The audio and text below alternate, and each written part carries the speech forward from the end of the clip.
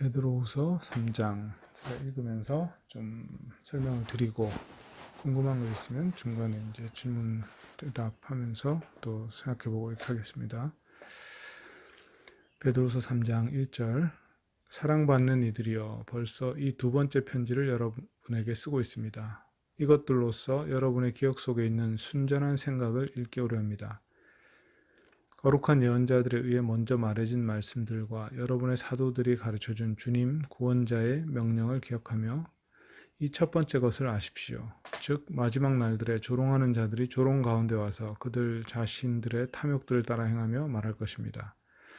그의 오심의 약속이 어디에서 성취되고 있어? 그 약속의 날로부터 조상들은 잠들게 되었고 모든 것들은 창조의 처음부터 그대로 있어. 이것을 주장하는 자들은 하늘들이 예로부터 있으며 땅은 물로부터 나와 물을 통과해 하나님의 말씀과 함께 서 있음을 인식하지 못합니다. 이 말씀들을 통해 한때 세상은 물에 뒤덮여 멸망했습니다. 그러나 지금 하늘들과 땅은 같은 말씀에 의해 보존되어 심판의 날, 불경건한 자들의 멸망의 날을 위해 불과 함께 간수되고 있습니다. 이 번역을 제가 했는데 번역이 참 어렵더라고요. 왜냐하면 괄호에 들어있는 게 많은데 이 괄호에 들어있는 것들이 뭔지를 자꾸 이렇게 유추해야만 이 의미가 통하는 그런 문장들이었어요. 그래서 이 번역이 참 어려운데 조금 설명을 좀 해보겠습니다. 1절에 보면 편지를 두 번째 편지를 써가지고 일깨우게 한다는 거죠. 그래서 이제 2장에 나오는 잘못된 교사들의 가르침에 사람들이 휩싸였기 때문에 그 문제에 관해서 두 번째 편지를 썼다. 그래서 이제 베드로후서가 이제 두 번째 편지일 수도 있지만 또 다른 편지가 있을 수도 있는 거죠. 베드로전서, 베드로후서 외에 그 사이에 또 다른 편지가 있을 수도 있어요. 어쨌든 이제 이 편지를 받는 대상에 대해서는 두 번째로 쓰는 거죠. 그런데 이제 그것들로서 여러분의 기억 속에 있는 순전한 생각을 일깨워야 한다. 그러니까 혼합되지 않은 생각, 순전한 생각, 원래 그 순전한 가르침, 원래 사도들이 가르쳐준 처음에 배운 어떤 그런 순전한 가르침, 그것을 다시 기억나게 한다는 거죠. 그리고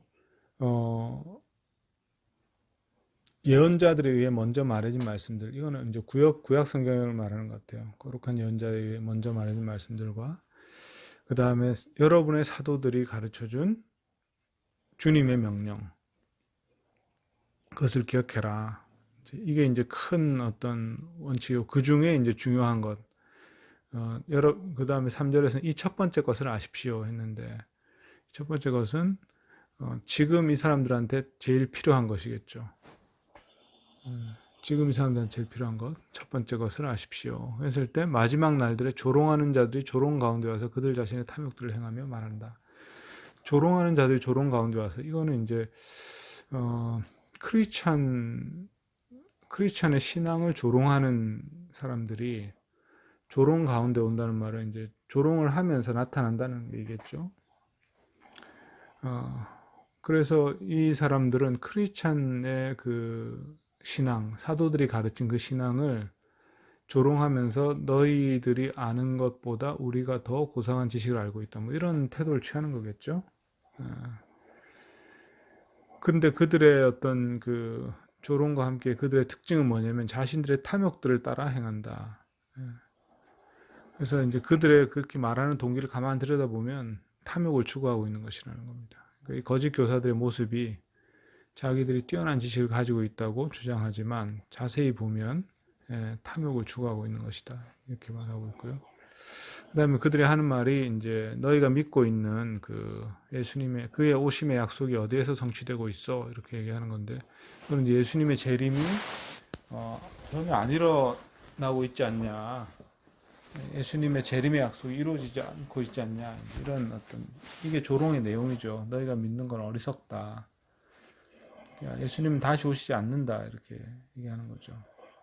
그 대신에 이 사람들은 아마 어떤 영지주의적인 그런 가르침을 얘기했을 거예요. 예수님이 다시 오시지 않고 이미 다시 왔다 뭐 이런 식으로 뭔가 신비한 가르침을 하는 거죠. 그 내용을 정확히 알 수 없지만 재림의 약속이 어디서 성취되고 있냐 이렇게 이제 말하면서 조상들은 잠들어 있고 모든 것들은 창조의 처음부터 그대로 있다. 세상에 변하는 게 아무것도 없지 않냐. 네, 이런 식으로 이 사람들의 어떤 그 조롱하는 주장을 하는 겁니다.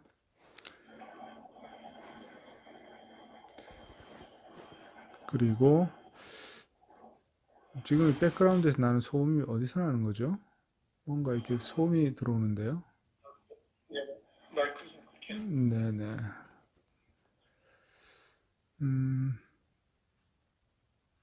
그 다음에 5절에 보면 이것들을 주장하는 자들은 하늘들이 예로부터 있으면 땅은 물로부터 나와 물을 통과해 하나님 말씀과 함께 서 있음을 인식하지 못합니다. 이 땅이 물로부터 하늘은 원래부터 그대로 존재해 왔고 땅은 물로부터 나와 물을 통과해. 이 말은 이제 창세기를 말하는 거죠. 땅은 물로부터 나와. 이거는 창세기에 이제 물이 갈라지고 땅이 나왔잖아요. 근데 물을 통과해. 이거는 이제 노아의 홍수를 말하는 것 같아요.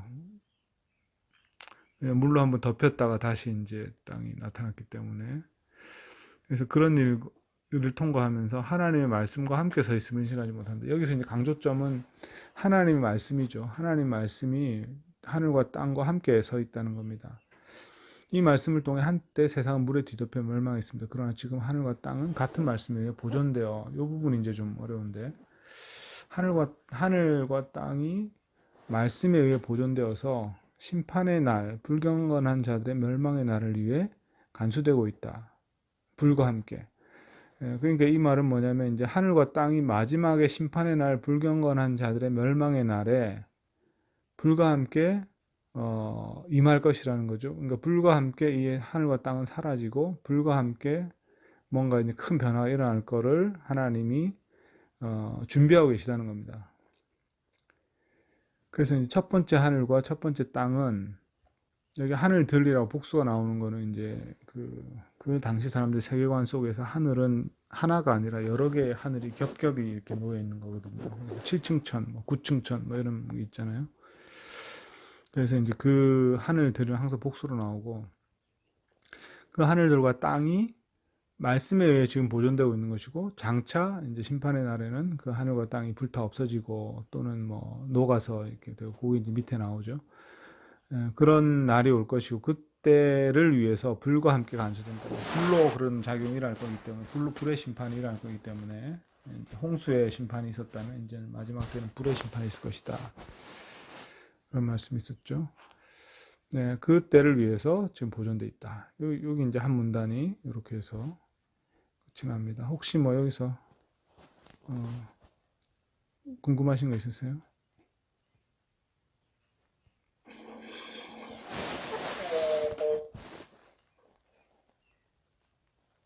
의미는 뭐 큰 틀의 의미는 이해가 가는데 네. 7절에 불경한 자들의 멸망에 나르며 불과 함께 간수되고 있다는 게 좀 이미지화가 안 되거든요. 네. 나중에 마지막에 불로써 멸망하는 날에는 뭐 심판할 것이다 이런 거는 들어봤는데 불과 함께 간수되고 있다는 건 어떤? 그러니까 하늘의 창고에 불을 쌓아놓고 있다는 거예요. 마지막 때 쏟아부을 불을 하늘의 창고에 쌓아놓고 있다는 거죠. 예. 그러니까 옛날에는 이제 홍수가 물이 쌓여져 있었잖아요. 그래서 하늘에서 물이 떨어졌잖아요.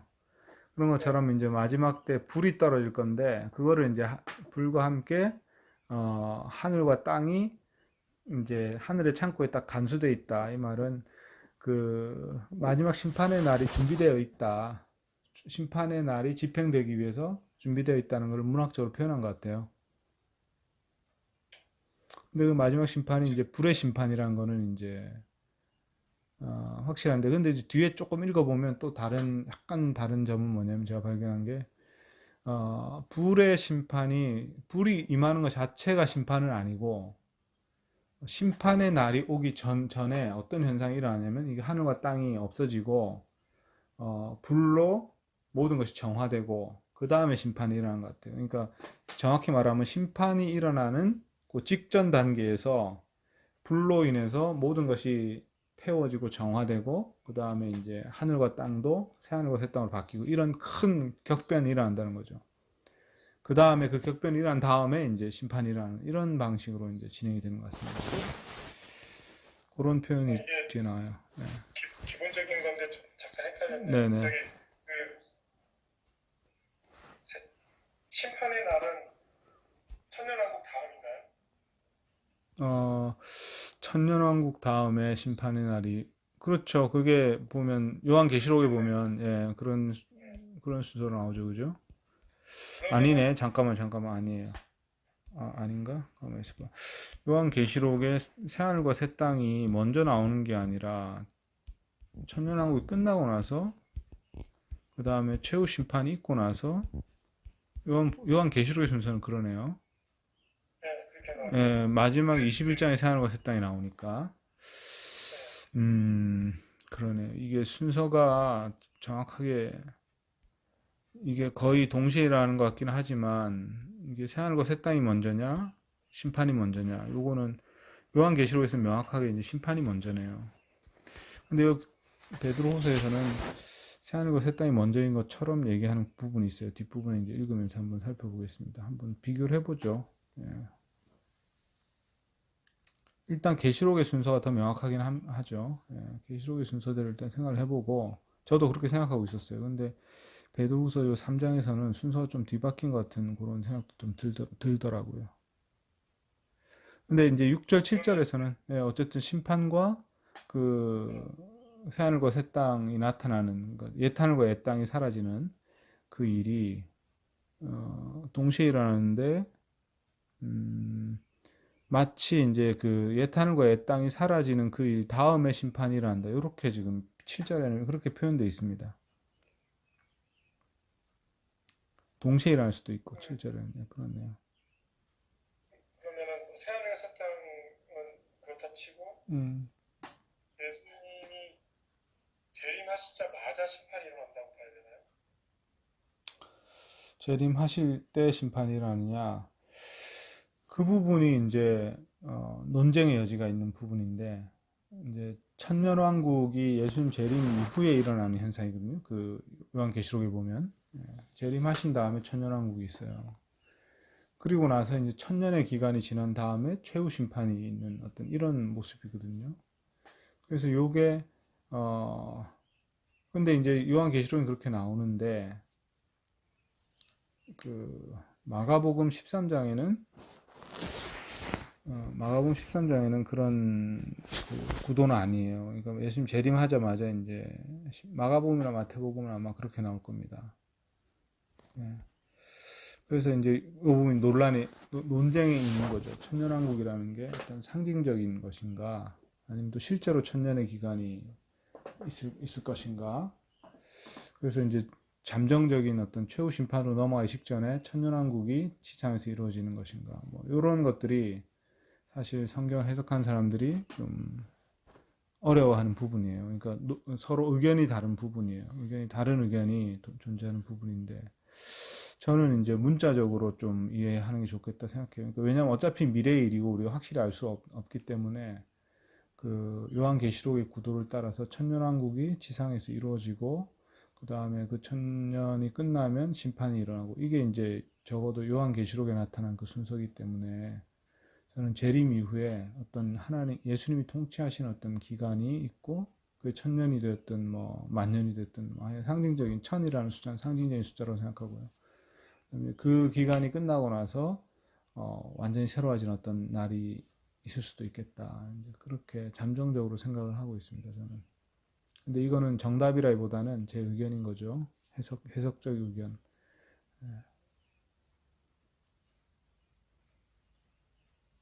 그러니까 좀 전에 질문하신 것처럼 그렇게 생각하는 거죠, 저는. 문자적으로. 끝에 천년왕국의 마지막에 뭐 또 한번 변수가 있잖아요. 무적행에서 뭐 사단이 나오고, 그러니까 네. 심판은 다 끝난 다음에 그런 사건들이 끝난 다음에 심판이 있는 게 맞는 이미지일 것 같은 생각이 들어서. 네, 그러니까 천년왕국은 어떻게 보면 예수님의 통치가 이루어졌지만 악이 완전히 정복되지 않은 상태인 거죠. 그렇죠. 네. 참 재밌는 모습이니까 저희는 또 부활된 모습이고. 천년왕국에서 부활하는 사람하고 또 그게 조금 다를 수도 있어요. 그게 이제 계시록 우리가 이제 읽을 때 한번 살펴본 거긴 한데, 어, 어쨌든 요한계시록 21장을 보면, 20장을 보면 이제 천년왕국 얘기가 나오는데, 첫 번째 부활이라는 말이 있거든요. 예, 그래서 첫 번째 부활에 천년왕국 직전에 첫 번째 부활이 있다는 거예요. 그래서 그게 이제 20장 5절에 보면, 어, 천년 동안 왕노릇하는 사람들이 첫 번째 부활에 참여한 사람들이에요. 그리고 이제 그리스도와 천년 동안 더불어 다스릴 것이다. 왕노릇할 것이다. 그 다음에 천년이 차고 나서 이제 최후의 심판이 이제 다시 사탄과 마귀를 이제 심판하는 최후의 심판이 이제 있고, 아마겟돈 전쟁 같은 게 일어나고, 최후의 심판 전쟁 후에 이제 그러니까 사탄의 세력이 결집해서 하나님의 백성들 치는 최후의 전쟁이라 그 아마겟돈 전쟁이거든요. 그것이 일어나고 나서 두 번째 부활이 일어나는 장면이 이제 20장 11절부터 있는데, 여기는 이제 두 번째 부활이란 말은 없지만, 첫째 부활이란 말이 있고, 두 번째 이제 바다가 그 가운데서 죽은 자들을 내주고, 사망과 음부도 그 가운데 죽은 자를 내주며 사람이 행위대로 심판을 받고, 이게 이제 20장 13절. 그래서 이제 이 천년왕국 이후엔 두 번째 부활이 있다. 이제 이렇게 요한계시록 20장에는 문자적으로 이렇게 기록이 돼 있어요. 표면적으로. 그래서 이게 이제 요한계시록은 상징적인 언어이기 때문에 우리가 이 문자적인 거를 어느 정도까지 100% 믿어야 되는가, 이거는 조금 논란의 여지가 있지만, 저는 좀 너무 명료하게 문자적으로 이렇게 돼 있으니까 그렇게 이루어진다고 잠정적으로 믿는 것도 뭐 괜찮겠다. 저는 이제 그렇게 생각하고 있어요. 그러니까 최후의 심판은 결국은 두 번째 부활, 그러니까 천년왕국 이후에 두 번째 부활과 함께 최후의 심판이 일어나는 거죠. 두 번째인가요? 우리가 어디에 속하느냐? 예. 그거는 이 첫 번째 부활에 누가 참여하냐면 20장 20장 4절에 보면, 내가 보좌들을 보니 거기에 앉은 자들이 심판하는 권세를 받았더라. 또 내가 보니 예수를 증언함과 하나님 말씀 때문에 목배임을 당한 자들의 영혼들과 또 짐승과 그의 우상에 경배하지 아니하고 그의 이마와 손에 표를 받지 아니한 자들이 살아서 그리스도와 더불어 천년 동안 왕노릇하니 그 나머지 죽은 자들은 천년이 차기까지 살지 못하더라. 이는 첫째 부활이라. 이 첫째 부활에 참여한 자들은 복이 있고 거룩하도다. 둘째 사망이 그들을 다스린 권세가 없고 오히려 그들이 하나님과 그리스도의 제사장이 되어 천년 동안 그리스도와 더불어 왕노릇하리라. 그러니까 여기 보면 이제 두 종류의 사람이 나오는데, 첫째는 순교자죠. 예수 증언함과 말씀 때문에 목배임 당한 자들의 영혼들. 또 하나는 이제 신앙을 배반하지 않은 거죠. 핍박 가운데서 신앙을 배반하지 않은 사람들. 짐승과 그의 우상에 경배하지 않고 그 이마와 손에 그 표를 받지 아니한 자들이 살아서 그리스도와 더불어 천년 동안 왕노릇하리라. 이게 첫째 부활이다 이랬죠. 그런데 우리가 이 첫째 부활에 속하느냐 안 하느냐는 하나님의 어떤 뜻에 달려 있는 것 같아요. 그래서 이제 순교자일 경우에는 속할 가능성이 많겠죠. 그 다음에 또 여기 보면 짐승과 우상에 경배하지 아니한 자, 그러니까 우상 숭배에 참여하지 않고 핍박 가운데, 이게 로마 제국의 어떤 그 황제 숭배에 대한 요구를 말하는 것 같은데, 그런 어떤 핍박에 대해서 견뎌낸 사람들이 이 첫째 부활에 참여한다, 이렇게 말하고 있거든요. 요거를 그대로 우리가 받아들인다면 신앙인들 중에서도 모두가 아니라 어떤 하나님이 택하신 어떤 사람들이 첫째 부활에 참여하는 거죠. 그렇게 볼 수 있겠네요.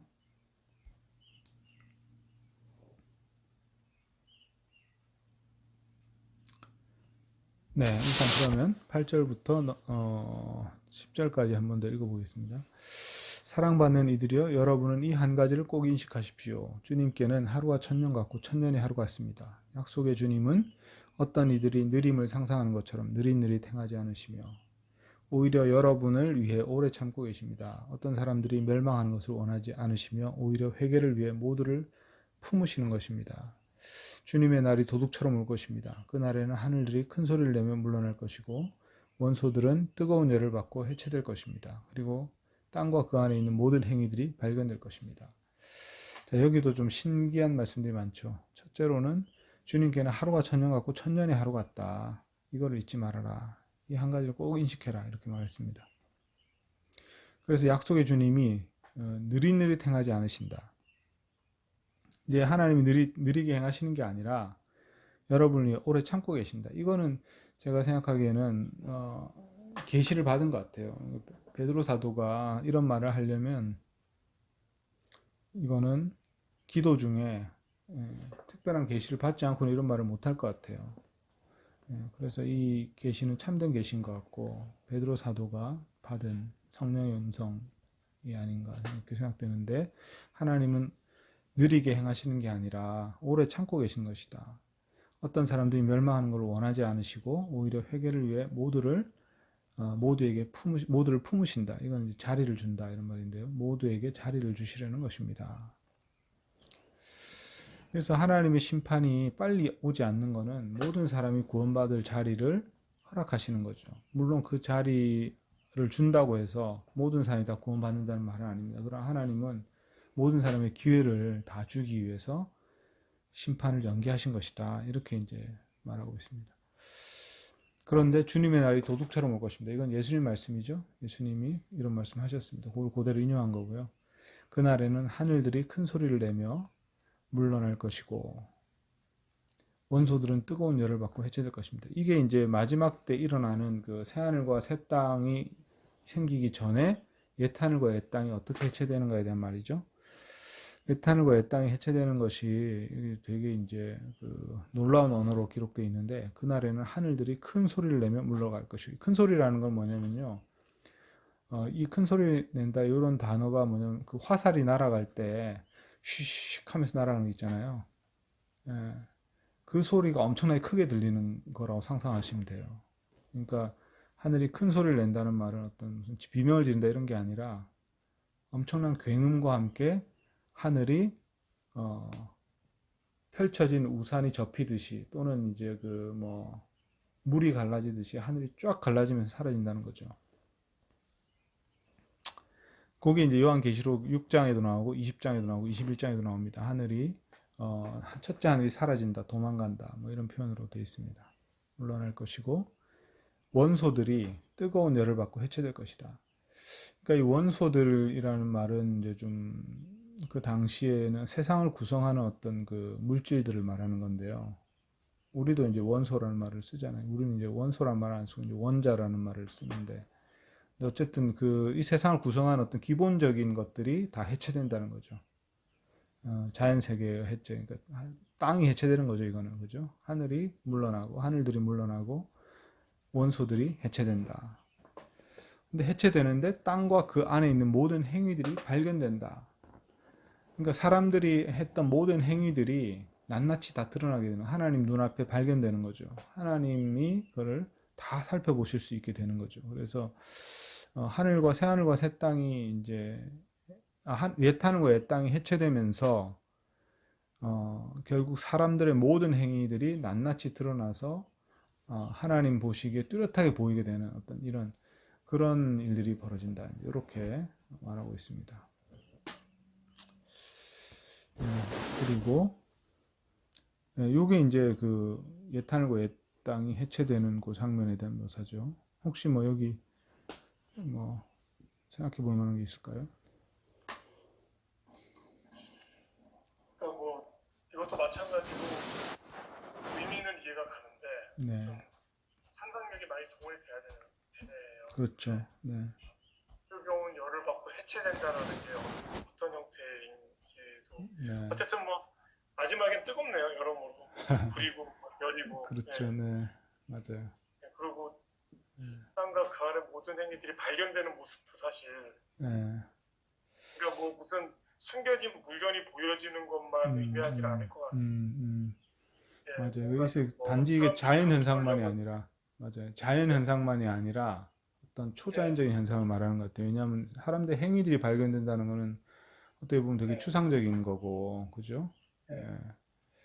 행위를 발견하시는 이게 어떤 뭐 하나님의 그런 게 하나님 앞에 드러나지 드러난다. 않을 거짓이 없다 뭐 이런 거하고도 맞물리는 그런 얘기잖아요. 거죠. 예, 하나님 앞에서 모든 게 다 드러난다. 이런 거기 때문에 어, 모든 일들이 그 음모들이 다 드러난다.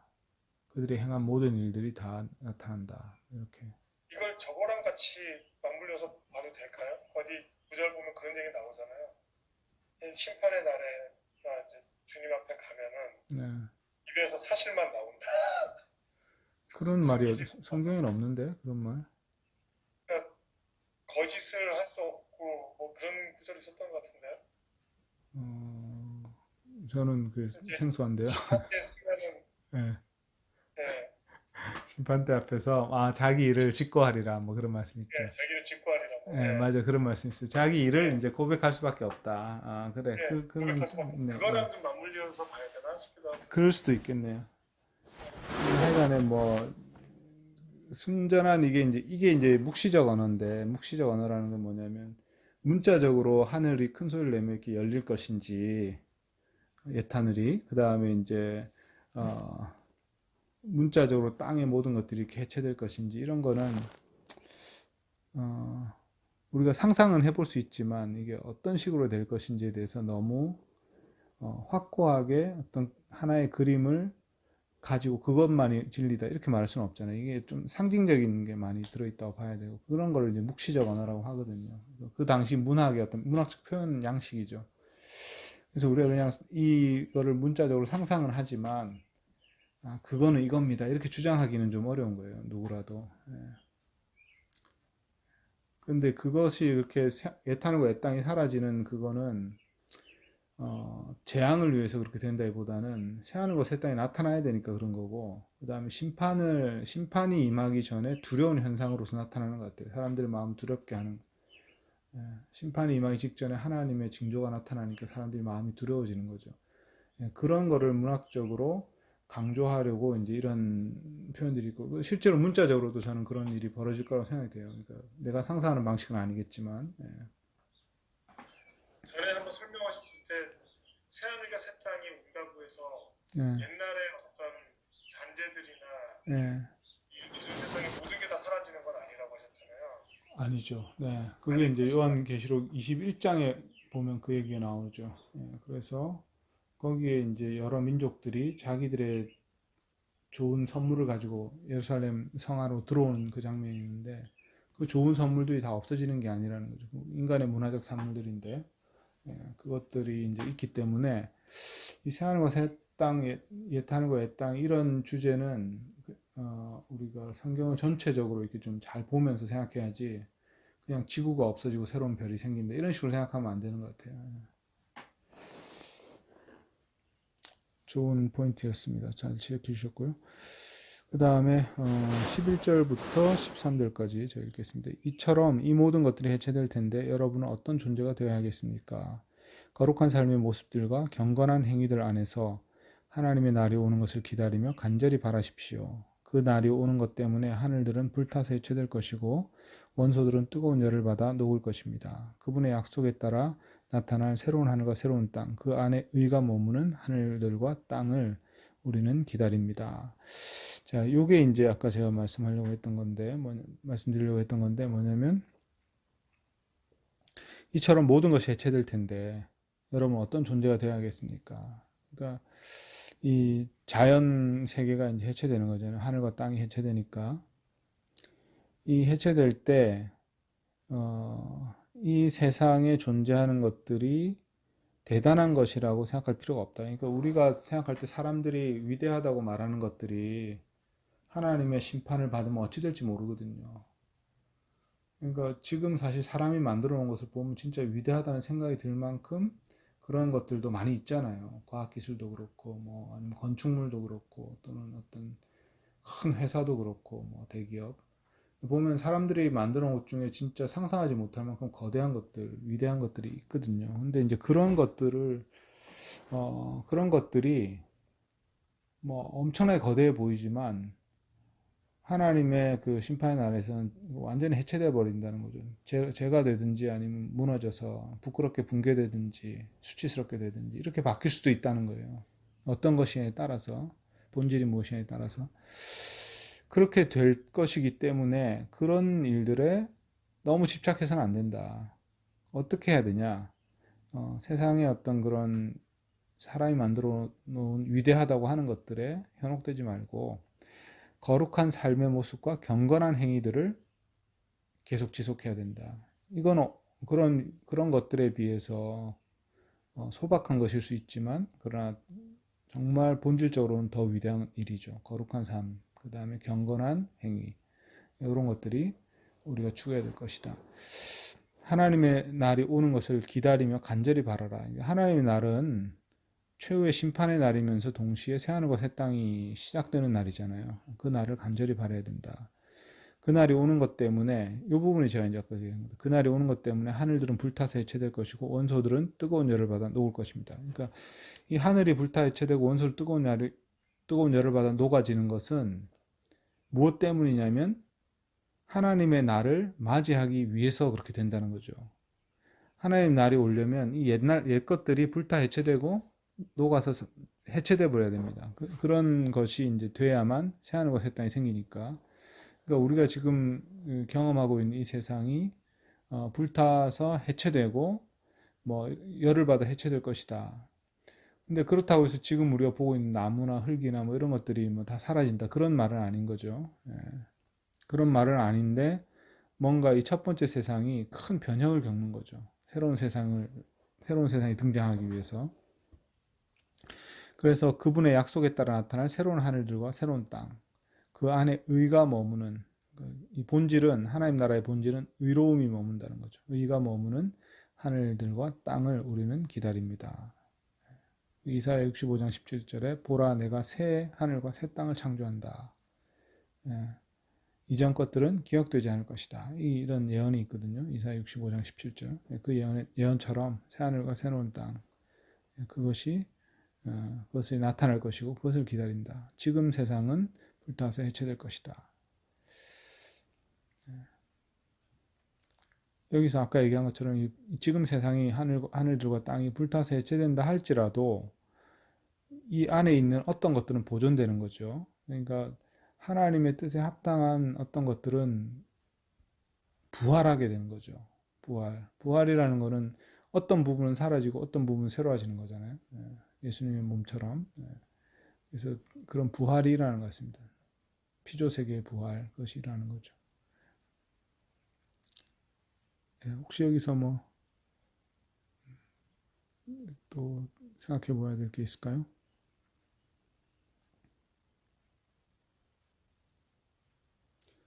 네, 그러면 넘어가겠습니다. 14절. 그러므로 사랑받는 이들이여 이것들을 기다리며 간절히 바라십시오. 흠도 없고 점도 없는 자들로서 그분에게 평안 가운데 발견되도록 힘쓰십시오. 그리고 우리 주님의 오래 참으심을 구원하심으로 여기십시오. 마찬가지로 사랑받는 여러분의 형제 바울도 그에게 주어진 지혜를 따라 여러분에게 편지를 썼습니다. 그 모든 편지들 안에서처럼 그 편지들 안에서 이 일들에 관해 말하고 있는데 그 편지들 안에는 어떤 난해한 것들이 있습니다. 배우지 못하고 굳건하지 못한 자들이 다른 편지들과 마찬가지로 그것들을 왜곡하여 자신들의 멸망을 향해 나가고 있습니다. 그러므로 여러분 사랑받는 이들이여 먼저 알고 올바른 지식을 지켜서 무도한 자들의 혼동에 함께 휩쓸려서 자신의 굳건함으로부터 떨어져 나가지 않도록 하십시오. 은혜와 우리의 주님이시며 구원자이신 예수 그리스도를 아는 지식 안에서 잘하십시오. 그분께 영광이 지금과 또한 영원히 있기를 바랍니다. 자, 여기 이제 조금 설명을 하면요. 그러므로 사랑받는 이들이여 이것들을 기다리며 간절히 바라십시오. 그러니까 하나님의 새로운 하늘, 새로운 땅이 나타나는 그것을 간절히 바라라. 이렇게 말씀하고 있고요. 흠도 없고 점도 없는 자들로서 그분에게 평안 가운데 발견되도록 힘쓰십시오. 이 평안 가운데 발견된다는 말은 무슨 말이냐면 하나님이 우리를 보셨을 때 평안이 있을 수 있고 진노가 있을 수 있잖아요. 그러니까 근데 이제 평안 가운데 하나님 앞에서 발견되려면 우리는 점도 없고 흠도 없는 자들이 되어야 되고, 그 앞에서 또 말한 것처럼 거룩하고 경건한 자들이 되어야 된다는 거죠. 거룩한 행실과 경건한 행동들이 필요하다는 거죠. 그러니까 예수님의 말씀을 따라 행하고 성령과 동행하는 삶이 바로 그런 거죠. 예수의 계명을 실천하는 삶. 그게 이제 하나님이 보시기에 흠도 없고 점도 없는 자들이 되는 거죠. 예수님과 연합한 상태에서 그리스도인들은 예수님의 의 때문에 흠도 없고 점도 없는 자들이 되는데, 그 예수님과 연합한 자들의 나타내는 그 열매가 발견될 때 그들은 평안 가운데 발견되는 겁니다. 하나님 앞에서. 그렇게 되도록 힘쓰십시오.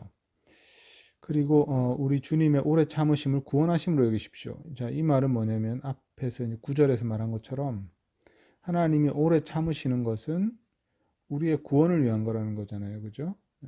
모든 사람의 구원의 기회를 주기 위한 거라. 그래서 이 오래 참으심이 하나님의 약속이 성취되지 않는다고 생각할 것이 아니라 하나님이 구원해야 될 사람들을 위해서 조금 더 기다리고 계시구나. 이렇게 생각해야 된다는 겁니다. 그렇게 구원하심으로 여기십시오. 이렇게 됐고, 마찬가지로 사랑받는 여러분의 형제 바울도 편지를 썼는데 그 편지 안에 다른 사도들의 편지처럼 뭔가 이 종말에 관해서 이야기를 할 때는 되게 난해한 부분이 있다는 겁니다. 근데 그 난해한 것들, 뭐 종말에 관한 것뿐만 아니라 어떤 교리적으로 난해한 부분이 있는데 그것들을 함부로 해석해가지고 잘못된 교사들이, 여기 보면 배우지 못하고 굳건하지 못한 자들 이렇게 되어 있습니다. 배우지 못했다는 것은 사도들의 참된 가르침을 사도들로부터 제대로 배우지 못했다는 걸 말하죠. 그냥 일반적으로 교육 학식이 없다 이런 것보다는 사도들의 가르침을 사도들로부터 제대로 배우지 못한 사람들, 그 다음에 굳건하지 못한 자들은 뭐냐면 복음에 대한 어떤 확신, 지식이 불완전한 사람들 말합니다. 기초가 부족한 사람들.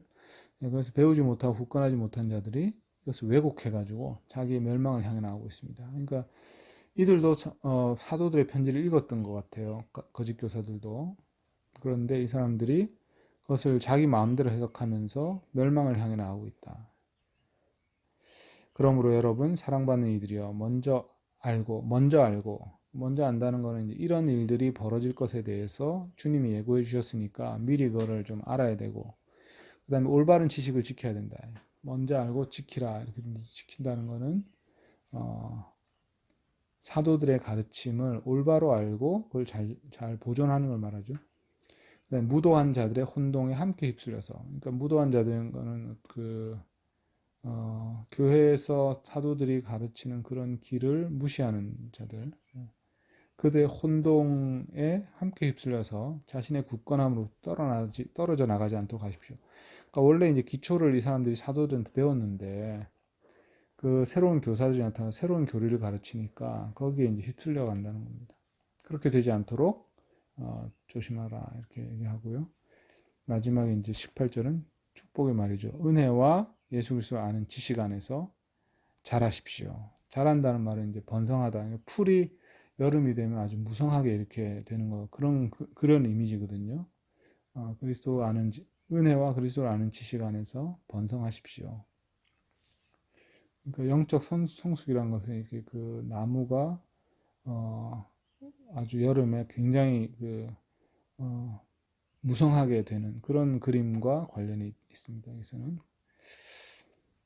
그리고 그분께 영광이 지금과 또한 영원히 있기를 바랍니다. 아멘. 이렇게 편지가 끝납니다.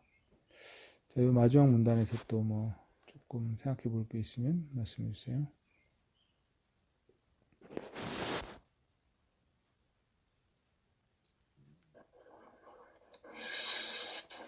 뭐 지금 세대에도 굉장히 뭐 잘 적용이 되는 얘기인 것 같네요. 네. 왜 그럴까요? 이게 그러니까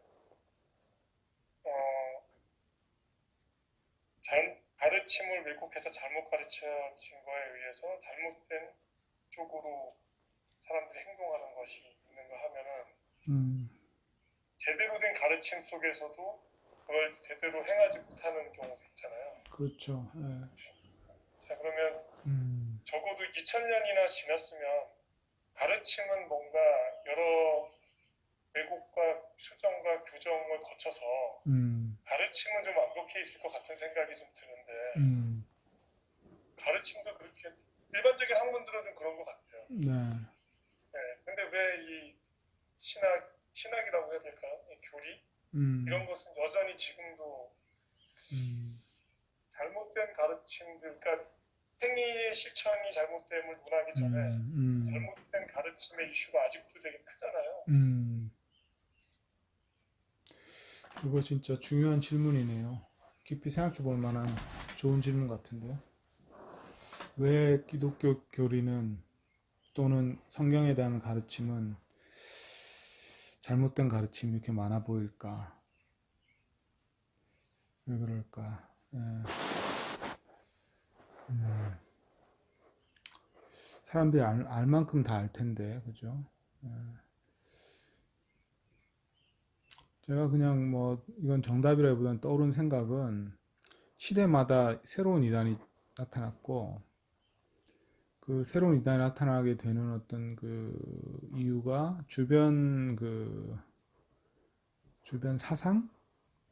예를 들어 영지주의 같으면 그 당시에 어떤 그 철학적인 어떤 그것에 철학과 종교에서 영향을 받은 거잖아요. 영지주의가 초기 교회였던 이단 영지주의가 그런 것처럼 이제 그 시대마다 어떤 사람들이 새롭게 알게 된 지식이나 새롭게 알게 된 어떤 유행하는 어떤 철학이나 또는 유행하는 종교 체험 그런 것들과 결합하면서 기독교인들이 어떤 부분에서 이제 그런 가르침에 영향을 받는 이런 게 이제 좀 있는 것 같기도 하고요.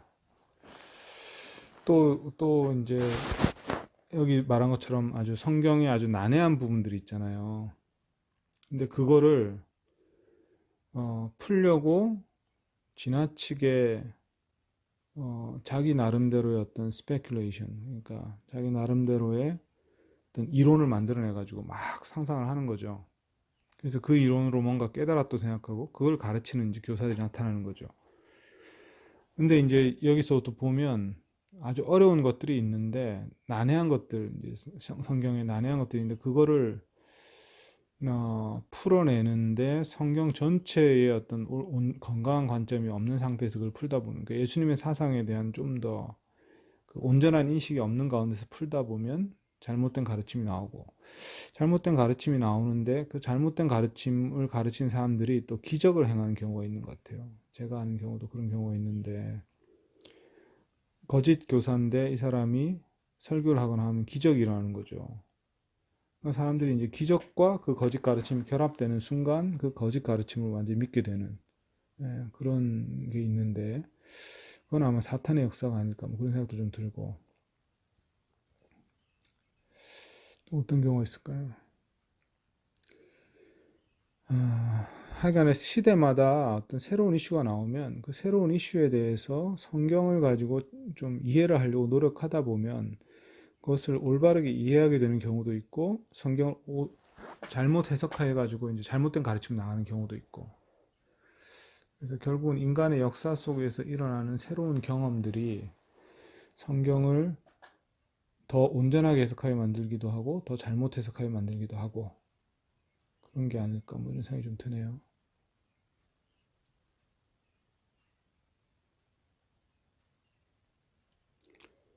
제가 말한 거는 정답이라기보다는 제가 지금 이제 좀 제 개인적인 생각인데 한번 좀 또 묵상해 보실 수 있을 것 같아요. 그런 일들이 왜 벌어질까?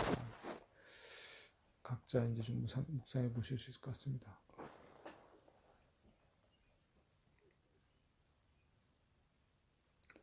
이 난해 구절들을 저는 좀 난해한 것으로 좀 남겨두는 게 필요한 것 같아요. 너무 그걸 해석하려 하지 말고.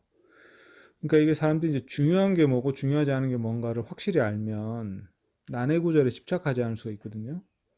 중요한 거는 예수님 말씀이잖아요. 사람들이 예수님 말씀을 이해하고 그 말씀, 그 사상을 배우고 그 말씀을 실천하는 여기에 초점 맞추면 되는데 예수님 말씀은 난해한 게 있긴 하지만 대부분의 것은 평이해요. 그러니까 한 90% 정도는 평이하거든요. 10% 정도는 난해한 부분이 있지만 그럼 그 평양 90%를 잘 하면 나머지 10%는 우리가 좀 난해해서 좀 이해 못하겠다. 좀 남겨둬도 상관없는데 그 10% 난해한 거를 이제 연구를 해가지고 내가 이걸 풀겠다 생각하면 그 사람이 그 10%를 풀다가 90%를 이제 인식을 못하는 거죠. 그래서 10%가 전부인 것처럼 막 예를 들어서 천년왕국 우리 얘기했지만 천년왕국에 대한 이론이 기독교 교리의 전부인 것처럼 생각하는 사람도 있어요. 막 그걸 가지고 막 떠들고 종말 말세 왔으니 이제 천년왕국 교리가 제일 중요하던 것처럼 휴거 교리 뭐 이런 게 중요하다. 휴거는 뭐 있지도 않은 가짜 얘기지만 하여간 뭐 그런 것들이 제일 중요한 것처럼 이제 침튀기면서 얘기하게 되면 예수님의 사상과 가르침 그 명령을 실천하는 일에 또 소홀하게 되고 자기가 무슨 비밀을 깨달았다는 것처럼 얘기하지만 사실은 90%의 몸통은 놔두고 이제 10% 가지고 막 논쟁을 하는 거죠. 그런 오류에 빠지지 않아야 된다는 생각이 좀 저는 평소에 많이 하고 있죠. 예수님 말씀에 초점 맞추고 예수님의 사상을 잘 배워야 된다. 그거는 어려운 것은 아니다. 물론 성령의 도우심 안에서 받아야 되는 거지만 행해야 되는 거지만 네.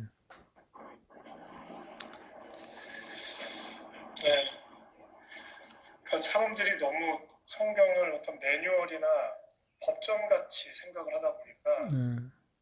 모든 구절에 굉장히 강력한 의미가 있을 거라고 생각을 하고 그런 오류가 그러다가 있어요. 난해 구절을 만났을 경우에 굉장히 또 집착하는 것 같아요. 맞아요. 맞아요. 그게 이제 성경을 미신화하는 거죠. 성경은 문학적으로 읽어야 되는데 미신적으로 읽는 겁니다. 이제 경전이라는 게 옛날에 이제 어디서나 그런 현상이 일어났던 것 같습니다. 경전을 가지고 그것을 신비화한 다음에 신성화한 다음에 경전의 작은 부분이라도 막 의미가 숨어 있는 것처럼 이런 식으로 읽는 거. 그게 경전을 존중하는 것에서는 뭐 좋은 의미가 될 수도 있는데 경전을 해석하는 데 있어서는 되게 좀 잘못된 태도가 되거든요. 그러니까 상당히 이제 성경을 읽을 때 그래서 한 구절 작구에 집착해서 읽는 그 이제 문자적 읽기 그것이 저는 1차적으로는 문자적으로 읽어야 된다고 생각해요. 근데 이제 문자적으로 풀려고 모든 걸 문자적인 수준에 다 풀려고 하면 안 되고 문학적으로, 역사적으로, 신학적으로 읽어야 되는데 문자적으로만 읽으려고 하면 이제 문제가 되는 거고. 그다음에 이제 문자적 수준에서 해결되지 않는 것은 문학적 수준으로 읽어야 되는데 이 문학적 수준으로 읽는 법은 또 트레이닝을 못 받은 거예요. 훈련을 못 받아가지고 그러니까 문학적 수준으로 성경을 그러니까 성경의 표면에 나온 의미가 아니라 좀 그 배후에 있는 문학적 표현 배후에 있는 의미를 잘 음미해야 되는데 이제 그거를 못하면 이제 문제가 생기는 거죠.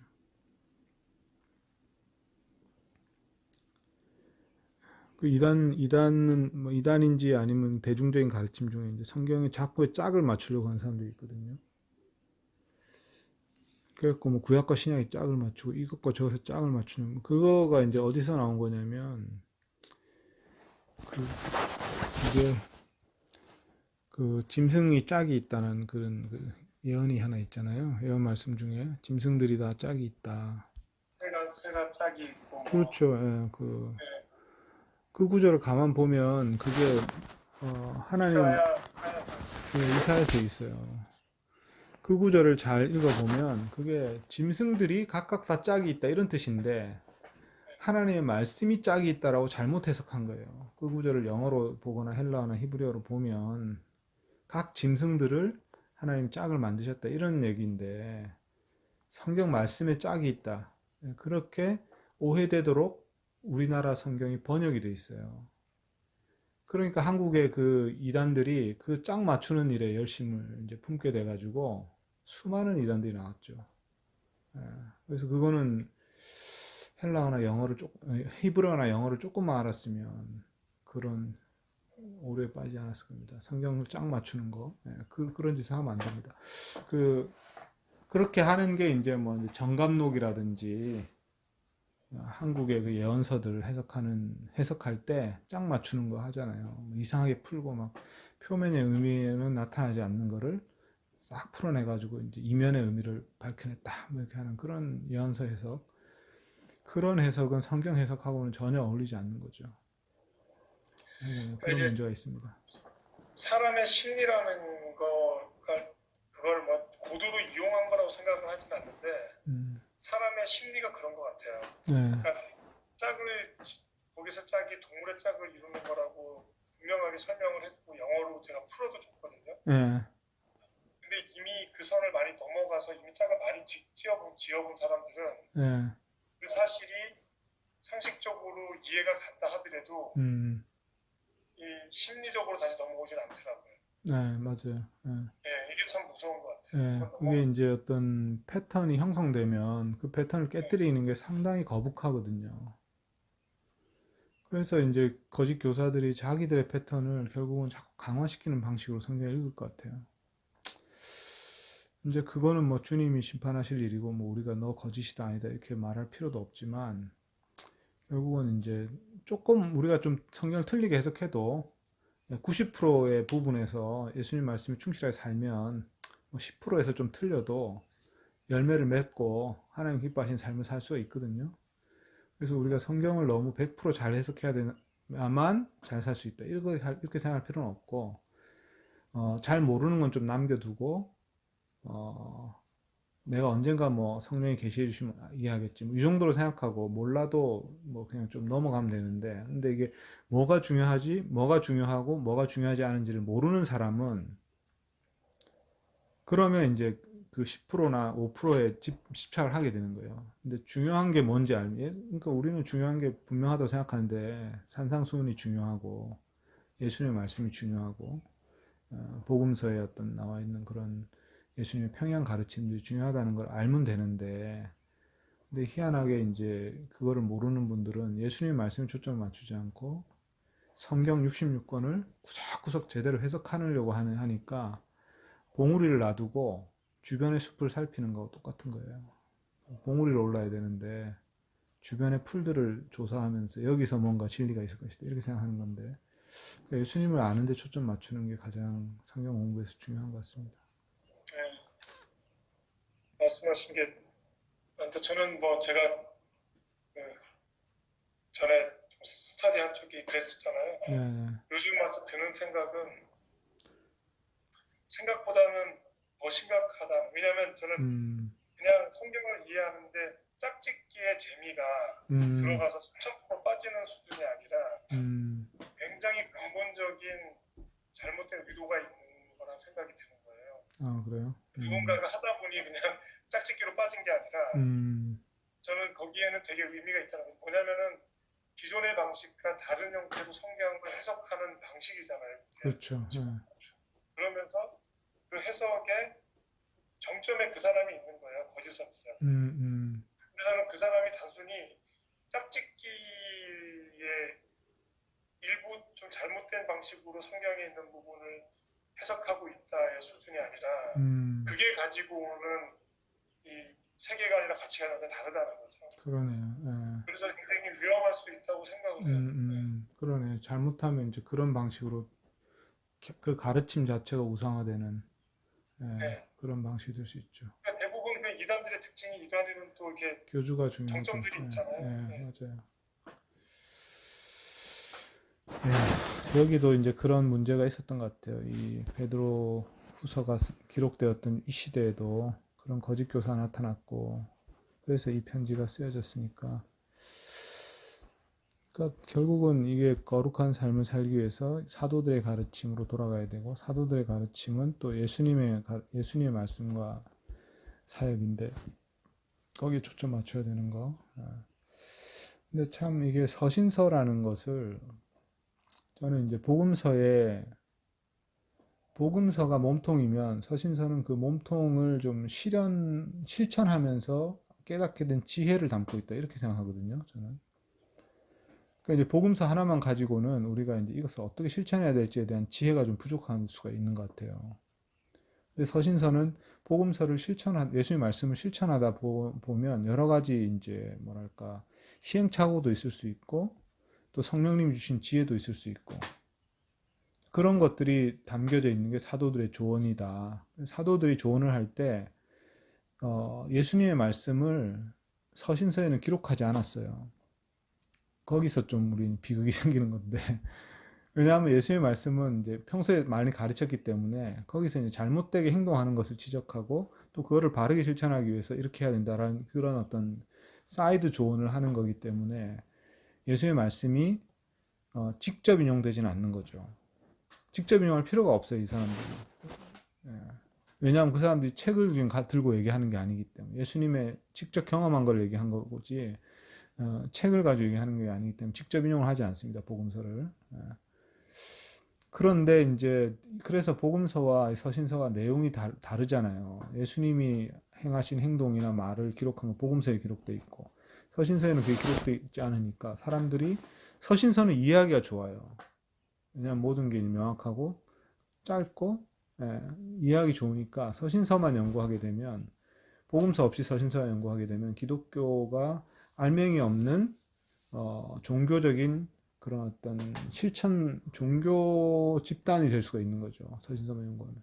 근데 복음서와 서신서는 함께 봐야 되는 건 복음서에서는 예수님의 사상과 말씀과 명령 이것들을 우리가 이제 그게 본체니까 그거를 이해하고 그 다음에 그거를 우리가 이제 성령과 동행하는 가운데 어떻게 실천할까 했을 때 이 사도들의 조언을 지혜로 사도들의 지혜를 받아들여 가지고 그 조언을 잘 받아들이면서 실천하는 이게 조화를 이루는 것 같더라고요.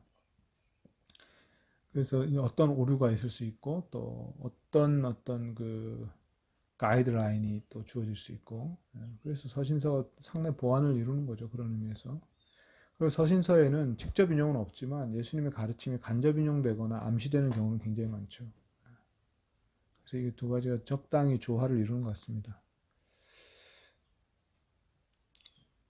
그래서 예수님의 사상을 중심으로 신약 성경을 봐야 되는데 어떤 사람들이 로마서를 가지고 신약 성경을 보려고 한다든지 뭐 어떤 다른 서신을 가지고 요한계시록을 가지고 뭐 신약 성경을 해석하려고 한다든지 이런 식으로 이제 중심이 바뀌면 저는 그거는 좀 결국 왜곡을 낳는다 이런 생각이 좀 들고 예수님의 말씀과 명령 거기에 초점을 맞춰서 그것을 중심으로 신약과 구약을 해석하는 것이 가장 건강한 해석이 아니겠나.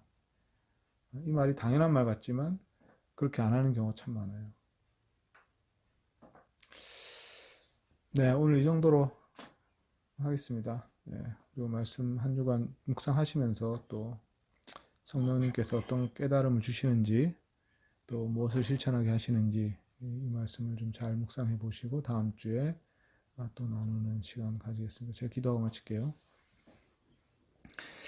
하나님 아버지, 이 베드로후서 3장을 저희가 읽었는데 주님이 모든 사람을 구원하시기를 원하시며 그들에게 구원을 위한 자리를 주고 계시다는 그 말씀을 읽었습니다. 저희의 이해와 또 저희의 상상을 초월하는 하나님의 놀라운 자비와 또 너그러운 관용과 또 인내하심을 저희가 생각해 보게 됩니다. 하나님 아버지를 알아가고 또 성령님과 동행하는 삶을 한 주간 동안에도 이 말씀을 통해 잘 살아갈 수 있도록 저희를 붙잡아 주시옵소서. 저희에게 늘 선물을 주시고 좋은 것들을 베풀어 주시는 하나님께 감사와 찬양을 드리며 예수 그리스도 이름으로 기도합니다. 아멘. 감사합니다. 예. 네, 즐거운 하루 되십시오. 네. 거기 이제 하루 시작이시겠네요. 네.